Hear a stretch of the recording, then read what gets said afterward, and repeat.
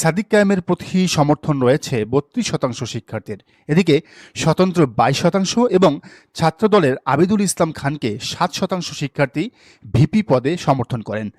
আসসালামু আলাইকুম। ঢাকা বিশ্ববিদ্যালয়ের ডাকসু নির্বাচন নিয়ে আমেরিকার জরিপে কে জিতল, ছাত্র শিবির নাকি ছাত্রদল? বিস্তারিত বাংলা কথনে। ঢাকা বিশ্ববিদ্যালয় কেন্দ্রীয় ছাত্র সংসদ ডাকসু নির্বাচনে ভিপি পদে কাকে ভোট দিবেন? শিক্ষার্থীদের মাঝে এই প্রশ্নটি ছুড়েছিল আমেরিকান মানবাধিকার সংগঠন সোচ্চার টর্চার ওয়াচডগ বাংলাদেশ। যে প্রশ্নের জবাবে ছাত্র শিবির সমর্থিত ঐক্যবদ্ধ শিক্ষার্থী জোটের প্রার্থী সাদিক কায়েম এগিয়ে রয়েছেন বলে জানিয়েছেন তারা। তাদের তথ্য অনুযায়ী সাদিক কায়েমের প্রতি সমর্থন রয়েছে ৩২% শিক্ষার্থীর।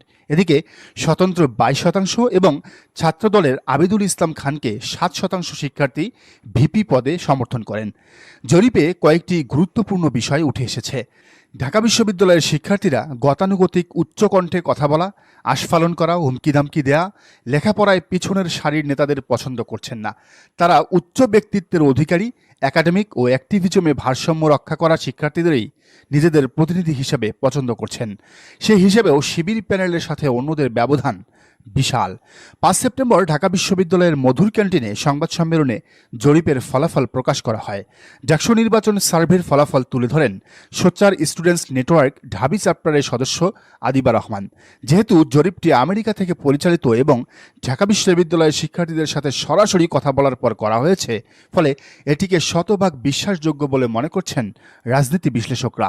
ফলাফল অনুযায়ী নির্বাচনে সহসভাপতি বা ভিপি পদে এগিয়ে রয়েছেন ছাত্র শিবির সমর্থিত ঐক্যবদ্ধ শিক্ষার্থী জোটের প্রার্থী সাদিক কায়েম। জরিপে অংশ নেওয়া শিক্ষার্থীদের ৩২% মনে করেন সাদিক কায়েম ভিপি পদে সবচেয়ে বেশি যোগ্য মানুষ। ছাত্রদলের প্যানেলের ভিপি প্রার্থী আবিদুল ইসলাম খান জয়ী হবেন বলে মনে করেন মাত্র ৭% ভোটার। স্বতন্ত্র প্রার্থীদের পক্ষে রয়েছেন ২২% আর ৩৪% ভোটার এ বিষয়ে মত দিতে রাজি হননি। ভিপি পদে মতামত না জানানো ভোটারদের মধ্যে নারী রয়েছেন ৫৪% আর পুরুষ শিক্ষার্থীদের মধ্যে এ হার ২৪%। গত ১ থেকে ২০ আগস্ট পর্যন্ত টানা ২০ দিন এ জরিপ করা হয়েছে।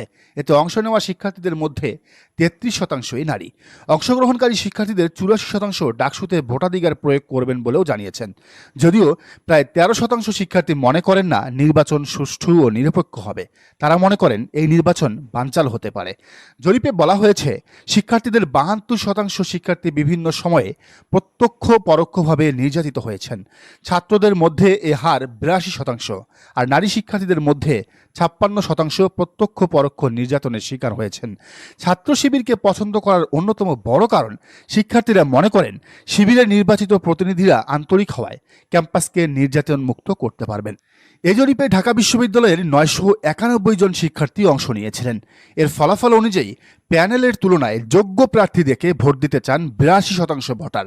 ৭৪% শিক্ষার্থী বলছেন ব্যক্তিগত পরিচয় মুখ্য নয়, তারা যোগ্য প্রার্থীকে ভোট দিবেন। নেতা হওয়ার জন্য ব্যক্তিত্ব সম্পন্ন হওয়া জরুরি বলেও মনে করেন তারা। এছাড়া পুরুষদের তুলনায় নারী ভোটাররা এটিকে বেশি গুরুত্বপূর্ণ বলে মনে করেন। আর ৫৮% ভোটার ব্যক্তি জীবনে একাডেমিক ও অ্যাক্টিভিজমে ভালো সমন্বয় করা প্রার্থীদের গুরুত্ব দিবেন, যা শিবিরের প্রার্থীদের মধ্যেই বিদ্যমান। কেননা তাদের প্যানেলের এজিএস প্রার্থী মহিউদ্দিন খান এবং ক্যারিয়ার ডেভেলপমেন্ট সম্পাদক মাজহারুল ইসলাম ডিপার্টমেন্টে ফার্স্ট ক্লাস ফার্স্ট। বাকিরাও একাডেমিক জীবনে সফল। ভোট দেওয়ার ক্ষেত্রে প্রার্থীর মধ্যে সততা, ভালো সংগঠক, ধার্মিক, প্রগতিশীল, গুড সেন্স অফ হিউমার এবং জুলাই আন্দোলনের ভূমিকাকে গুরুত্ব দিতে চান ভোটাররা। আর ব্যক্তিত্বহীন, মাদকাসক্ত, মিথ্যাবাদী একটা কুইজ, মিথ্যার কবি হিসেবে পরিচিত কে কমেন্টে লিখে যাবেন। এরপর যৌন কেলেঙ্কারি আছে, চাঁদাবাজি, সন্ত্রাসী, ছাত্র নির্যাতনে জড়িত, ধর্মবিদ্বেষী ও বদমেজাজিদের ভোট দেবেন না শিক্ষার্থীরা।